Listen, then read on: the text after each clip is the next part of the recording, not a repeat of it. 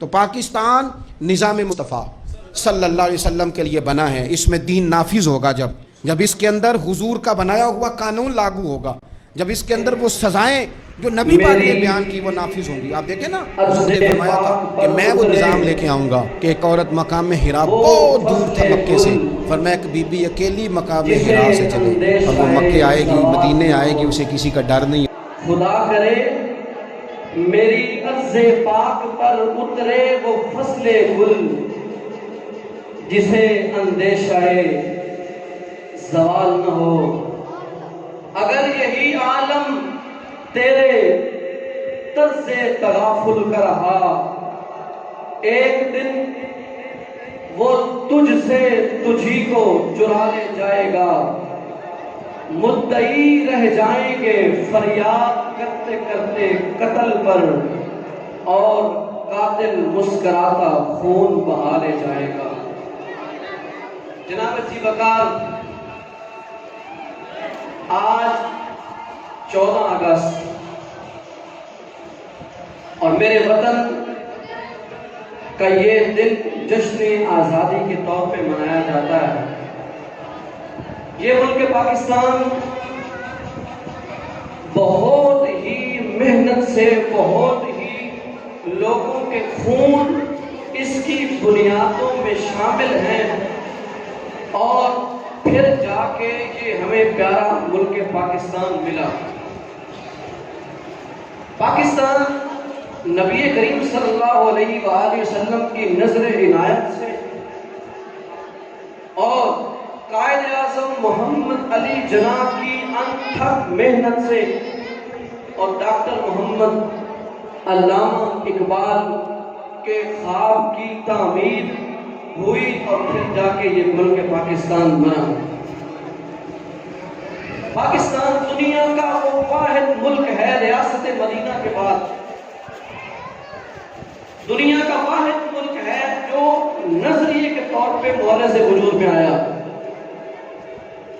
پاکستان نظریے کے طور پہ بنا ہے، اور نظریہ کیا تھا؟ پاکستان کا نظریہ یہ تھا کہ لا الہ الا اللہ محمد رسول اللہ۔ پاکستان نظریے کی بنیاد پہ معرض وجود میں آیا، اور کروڑوں لوگوں نے ہجرت کی، اور یہ دنیا کی سب سے بڑی ہجرت تھی جب پاکستان بنا، اور لوگ اپنا گھر پر چھوڑ کے اپنا مال سب کچھ اپنے وطن عزیز کے لیے نچھاور کر کے وہاں سے چل پڑے، اور یہ دنیا کی سب سے بڑی ہجرت تھی، بہت بڑی ہجرت تھی۔ برے صغیر میں مسلمان تجارت کی غرض سے آئے، تو وہاں کا جو راجہ طاہر تھا سندھ کا، اس نے مسلمانوں کو قیدی بنا لیا۔ اب مسلمانوں کی ایک بیٹی جس کا نام نہید تھا، اس نے حجاج بن یوسف کو خط لکھا، تو حجاج بن یوسف نے محمد بن قاسم کو بھیجا، اور وہ آئے اور انہوں نے آ کر ان کو رہا کروایا، اور پھر ان کی اس کوشش کو دیکھ کر کہ وہ وہاں سے چل کے آئے اتنی دور سے اور مسلمانوں کی بیٹیوں کو چھڑوایا آ کر، تو لوگ کلمہ پڑھ کے مسلمان ہو گئے۔ برے صغیر میں مسلمانوں نے 1000 سال حکومت کی، 1000 سال حکومت کی، لیکن اس حکومت میں مسلمانوں نے نہ سکھوں کو نہ ہندوؤں کو کسی کو کچھ نہیں کہا، کسی کو یہ نہیں کہا کہ تم اسلام لاؤ ورنہ تجھے مار دیا جائے گا، تم کلمہ پڑھو، اگر کلمہ نہیں پڑھتے تجھے اس جگہ سے نکال دیا جائے گا، نہیں۔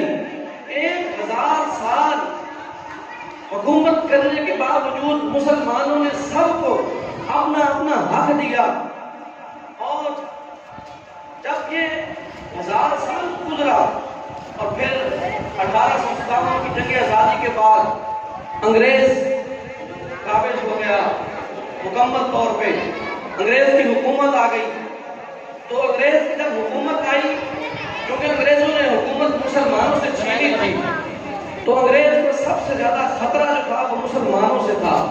تو ہند میں انگریز نے ایسا کیا کہ جو ہندو سکھ لوگ تھے ان کو نوازنا شروع کر دیا اور مسلمانوں پہ ظلم کرنا شروع کر دیے.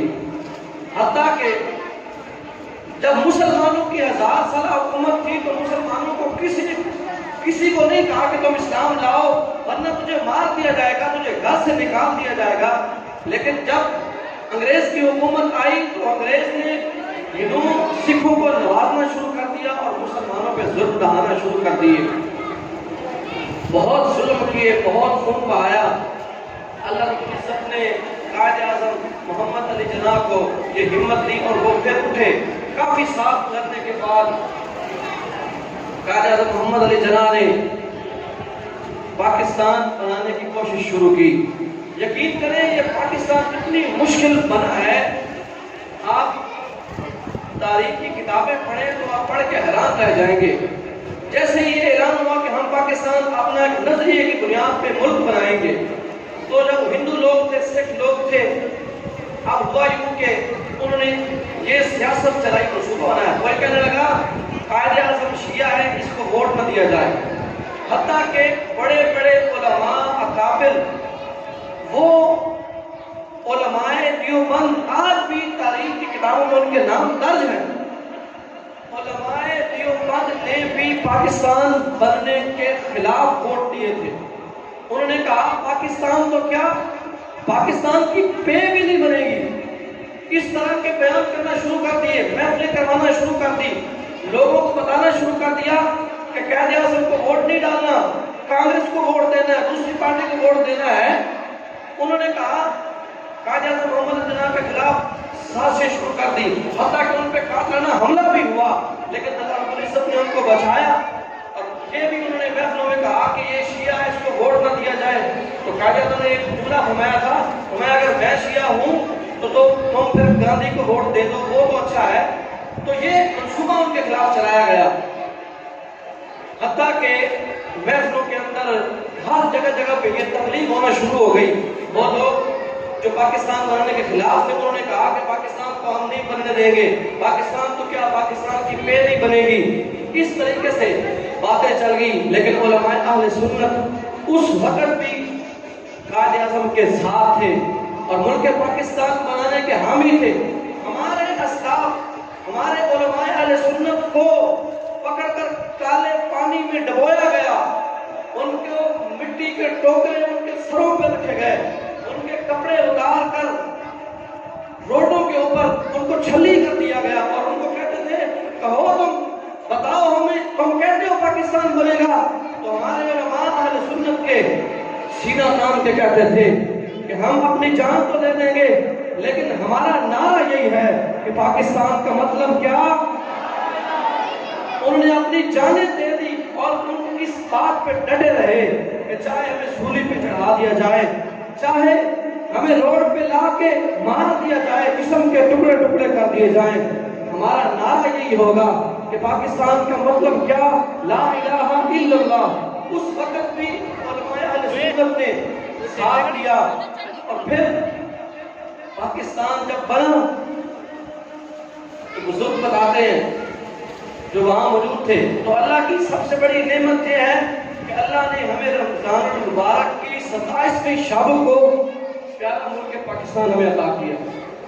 ایک تھا بھی رمضان, پھر رات بھی 27ویں کی تھی جب اللہ رب العزت نے ہمیں یہ پیارا وطن عطا کیا. اور رات کو 12:05 پر جب یہ اعلان ہوا کہ یہ ریڈیو پاکستان ہے, اس بات کو سن کر لوگوں کی چیخیں نکل گئی, رونا شروع ہو گئے کہ اتنی قربانیوں کے باوجود آخر ہم کامیاب ہو گئے. اور یہ جو ریڈیو ہے یہ ریڈیو پاکستان ہے, اس میں یہ پیغام دیا گیا کہ یہ ریڈیو پاکستان ہے, پاکستان مرز وجود میں آ گیا ہے. تو یہ ایک معجزہ ہی کہہ لیں, ایک اللہ کی عطا ہی سمجھ لیں, ورنہ پاکستان بننے کا کوئی بھی ایسی صورتحال نہیں تھی کہ پاکستان مرز وجود میں آ جاتا. انگریز کی سپورٹ ہندوؤں کو تھی, سکھوں کو تھی, پھر ہمارے اپنے اٹھ کے کھڑے ہو گئے, کہنے لگے پاکستان کو کیا, پاکستان کی پے نہیں بنے گی. تحریکیں چل پڑی تو سارے جب حکومت کی سپورٹ ادھر انگریز کی سپورٹ دوسری سائڈ پہ ہمارے اپنے خلاف ہو گئے، باوجود اس کے پھر بھی اللہ رب العزت نے ہمیں یہ وطن عطا کیا، اور پھر یہ دنیا کی سب سے بڑی ہجرت ہوئی، اور لوگ وہاں سے چلے۔ جب ایسے لوگوں کو پتہ چلا کہ پاکستان بن گیا ہے تو ہندوؤں نے، سکھوں نے قتل و غارت شروع کر دی۔ لوگ تراویحاں پڑھ رہے تھے، رات کا وقت تھا کہ مسجدوں میں تھے، کوئی اعتکاف میں تھے، تو جیسے ان کو پتہ چلا انہوں نے قتل و غارت شروع کر دی، کسی کو مسجد میں مار دیا، لوگ بھاگے، گھروں سے نکالا، آگے لگا دی ان کے گھروں کو۔ تو مسلمان وہاں سے نکلے، جتنے بھی قافلے وہاں سے نکلے تھے ان قافلوں میں سے کوئی قافلہ یہاں پہنچتا تھا، ورنہ سارے راستے میں مسلمانوں کی لاشیں پڑی ہوتی تھی۔ اور اس کتاب میں نے پڑھا ہے تقریباً 90,000 مسلمانوں کی نوجوان بیٹیوں کو اٹھا لیا گیا۔ ہندوؤں سکھوں نے ہماری ماں بہنوں کو اٹھا لیا، اور 90,000 بتایا جاتا ہے، تاریخ کی کتابوں میں لکھا ہے، اور 2.25 لاکھ کے قریب ہماری عورتوں کو اٹھایا گیا، مارا گیا، پیٹا گیا، جو مکمل تعداد ہے۔ اور 90,000 ہماری بیٹیوں کو اٹھا کر ان کی عزتوں کو پامال کیا گیا، اور پھر ہماری بہنیں، بیٹیاں اپنی عزت کی ناموس کے لیے، اپنی ناموس کو بچانے کے لیے جب سکھ ہندو پیچھے بھاگتے تھے تو وہ اپنی جان قربان کر دیتی تھی۔ کوئی اپنے گھر کی چھت سے نیچے چھلانگ لگا دیتی تھی، کوئی پانی کے کنویں میں چھلانگ لگا دیتی تھی کہ ہمیں مرنا تو بہتر ہے، لیکن ہم ان سکھوں ہندوؤں کے ساتھ اپنی اس ناموس کو خراب نہیں ہونے دیں گے، اپنی عزت کو پامال نہیں ہونے دیں گے۔ مسلمانوں کی بیٹیوں نے کنووں میں چھلانگیں لگا دی، اور ستلج دریا خون میں بدل گیا، پانی کا رنگ خون میں بدل گیا، اور پورا دریا لاشوں سے بھرا تھا۔ جہاں بھی دیکھتے تھے لاشیں ہی لاشیں ہیں۔ انہوں نے مسلمانوں کو اتنا مارا، راستے میں جو قافلہ ملتا تھا مار دیتے تھے۔ تاریخ کی کتاب پڑھیں، مسلمانوں کا ایک قافلہ پاکستان کی طرف آ رہا تھا، تو راستے میں یہ جو کمان ہوتا ہے اس میں وہ چھپ گئے، کیونکہ ہندو تلاش کرتے تھے، جہاں بھی آواز آتی تھی وہاں مار دیتے تھے۔ اب اگست کا مہینہ تھا، ظاہر کافی گرمی ہوگی، تو وہ قافلہ ایک کمان کے اندر چھپ گیا، وہاں چھپ کے بیٹھ گئے مسلمان کہ یہ ہندو سے ڈھونڈ کے چلے جائیں گے، پھر ہم یہاں سے نکل پڑیں گے۔ تو خدا کی قسم وہاں ایک ایسا معاملہ ہوا کہ وہ جو لوگ وہاں چھپے تھے اندر، ایک ماں کے پاس دودھ پیتا چھوٹا بیٹا تھا، اور وہ روتا تھا مشکل کی وجہ سے، گرمی کی وجہ سے، چھوٹا بچہ تھا، چیخیں مارتا تھا۔ تو سارے قافلے والے اس ماں کو دیکھتے تھے غصے سے کہ تیرے اس بچے کی وجہ سے ہم سب پکڑے جائیں گے، اس کو چپ کرواؤ۔ تو ماں نے اتنی بڑی قربانی دی، اس ماں نے اپنی ہی گود میں لیٹے بچے کے منہ پہ ہاتھ رکھ دیا، اور اس کے منہ پہ ایسے ہاتھ رکھا کہ اس کی چیخیں، اس کی آواز نہ نکلے، تاکہ ہمیں یہ ہندو سے پکڑ نہ سکے۔ خدا کی قسم ماں نے اپنے معصوم بیٹے کے منہ پہ ہاتھ رکھا، سانس بند ہو گیا۔ جب ہاتھ اٹھایا ہندو سے چلے گئے، جب ہاتھ اٹھایا تو ماں کی گود میں اس کا بیٹا مر چکا تھا۔ ماں کی گود میں اپنا لخت جگر دودھ پیتا بیٹا اپنی اس ماں نے ملک پاکستان کے لیے نچھاور کر دیا۔ ماں نے اپنی گود میں اس بیٹے کی جان خود لے لی، کیوں؟ اس پاکستان کے لیے۔ تو یہ اتنی دردناک کہانی ہے۔ جو دینی مدارس تھے 50 کلومیٹر تک کوئی بھی درخت ایسا نہیں تھا، خدا کی قسم، کہ ان درختوں کے مسلمانوں کو دین پڑھنے والے بچوں کو اٹھا کر ان کو چھلی کر کے ان کی لاشوں کو درختوں کے ساتھ نہیں لٹکایا۔ 50 کلومیٹر راستے پہ آپ دیکھتے تھے، جس درخت کو دیکھتے تھے اس درخت پر مسلمان کے بیٹوں کی لاشیں لٹکی ہوتی تھی، برہنہ لاشوں کو لٹکایا جاتا تھا۔ اور یہ 50 کلومیٹر راستہ کوئی تھوڑا نہیں ہے، 50 کلومیٹر راستہ بہت زیادہ بنتا ہے۔ تو تاریخ بتاتی ہے وہاں جتنے بھی درخت آتے تھے، درختوں پہ مسلمانوں کے بچوں کو الٹا لٹکایا گیا تھا۔ کہتے ہو تم کہ پاکستان بنے گا، کہتے ہو تم لا الہ الا اللہ کہتے ہو، لیکن اس کے باوجود وہ اپنی جان کو قربان کر دیتے تھے، پھر بھی یہ کہتے تھے کہ ہمارا نظریہ یہی ہے کہ لا الہ الا اللہ، پاکستان بن کے رہے گا۔ یہ نعرہ لگتا تھا کہ بٹ کے رہے گا ہندوستان، بن کے رہے گا پاکستان۔ بٹ کے رہے گا ہندوستان، بن کے رہے گا پاکستان، اور کنووں میں دریا میں لاشیں ہی لاشیں تھیں، اور سکھوں ہندوؤں نے بہت زیادہ قتل و غارت کی، اور یہ دنیا کی سب سے بڑی ہجرت ہوئی۔ آج سوال یہ پیدا ہوتا ہے، یہ ملک جو پناہی لا الہ الا اللہ محمد رسول اللہ کی بنیاد پہ ہے، آج اسی ملک میں دینی لفاظ کا نام نہیں لیا جاتا، اور جو نام لیتا ہے اس کو دہشت گرد قرار دیا جاتا ہے۔ اس اسلامی نظریے پہ بننے والے ملک پاکستان میں اسلامی ریاست جو اس میں قائم ہونا تھا، اس کے لیے اتنے مسلمانوں نے قربانیاں دیں۔ تاریخ میں یہ بھی لکھا ہے کہ ہندو جو یہ بھارت کا جو بالر تھا، وہاں سے مسلمان پاکستانی کو ایک فوجی وہاں ان ہندوؤں کے ہاتھ متھے لگ گیا، انہوں نے پکڑ لیا، تو انہوں نے ان کو سمگلر بنا دیا، کیس بنا دیا۔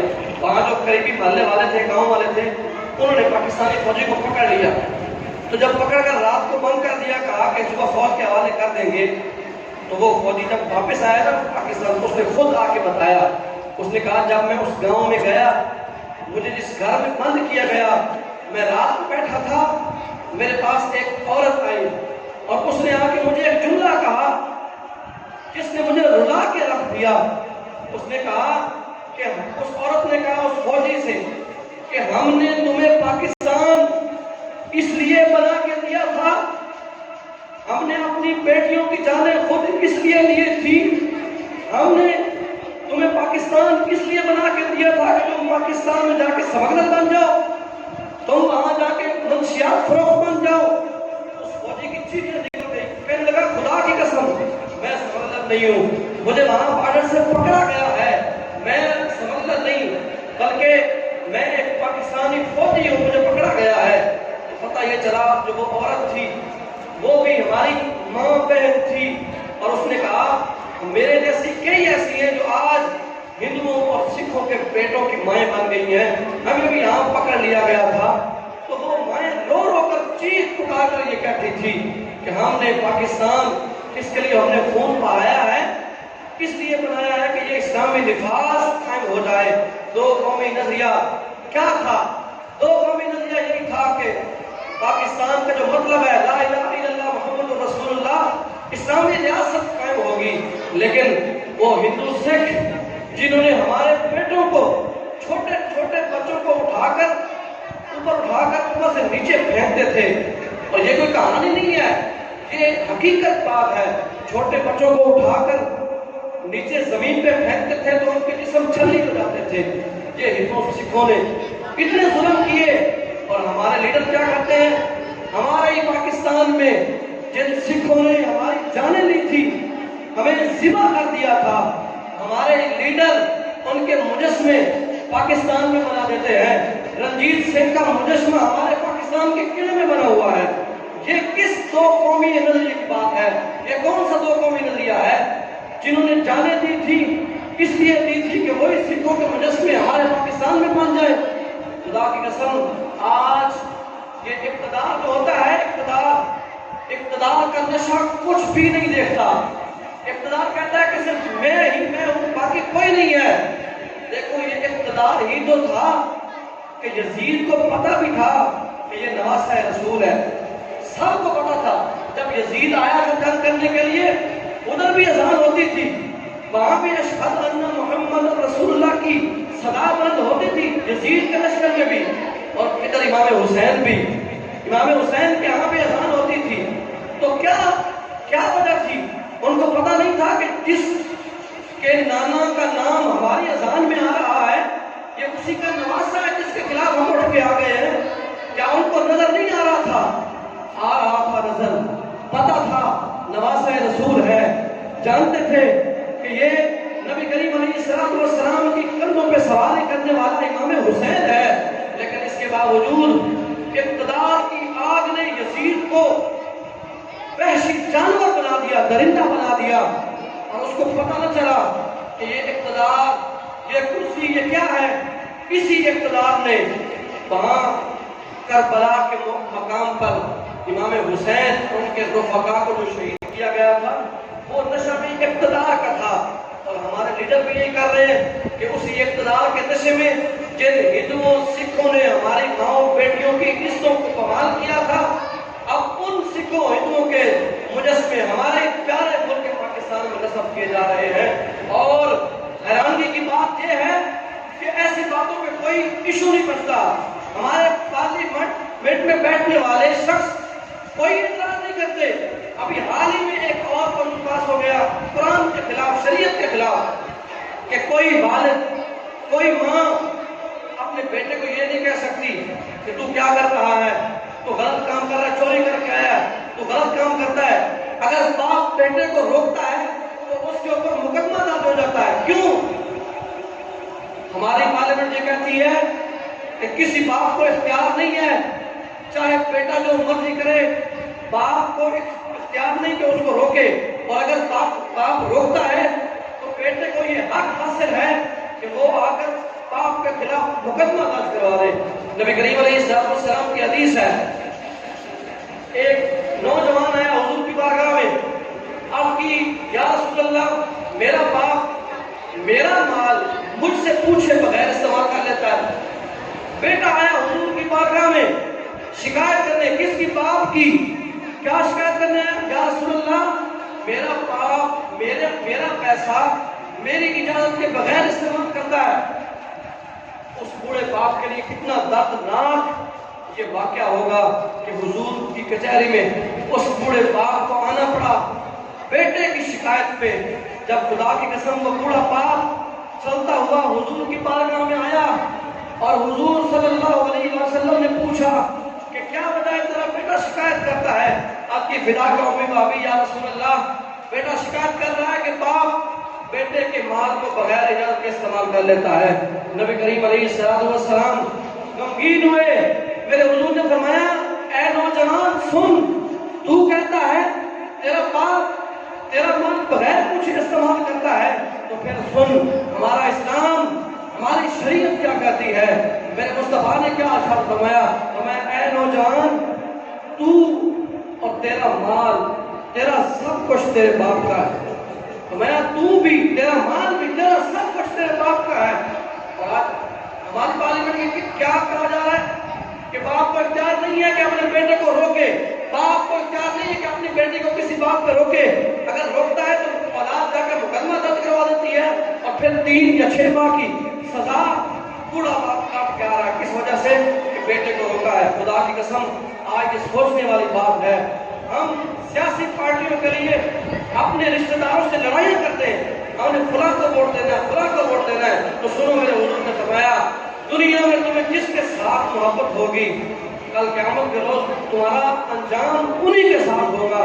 تو آج ہوش کے ساتھ چلیں، اپنی اولاد کی اچھی تربیت کریں، ورنہ جو قانون یہ بن گئے ہیں، جو یہ حال بن گئے ہیں، خدا کی قسم آنے والا وقت بہت خطرناک ہے۔ آنے والا بہت دور جو آ رہا ہے، اپنا ایمان بچانا مشکل ہے۔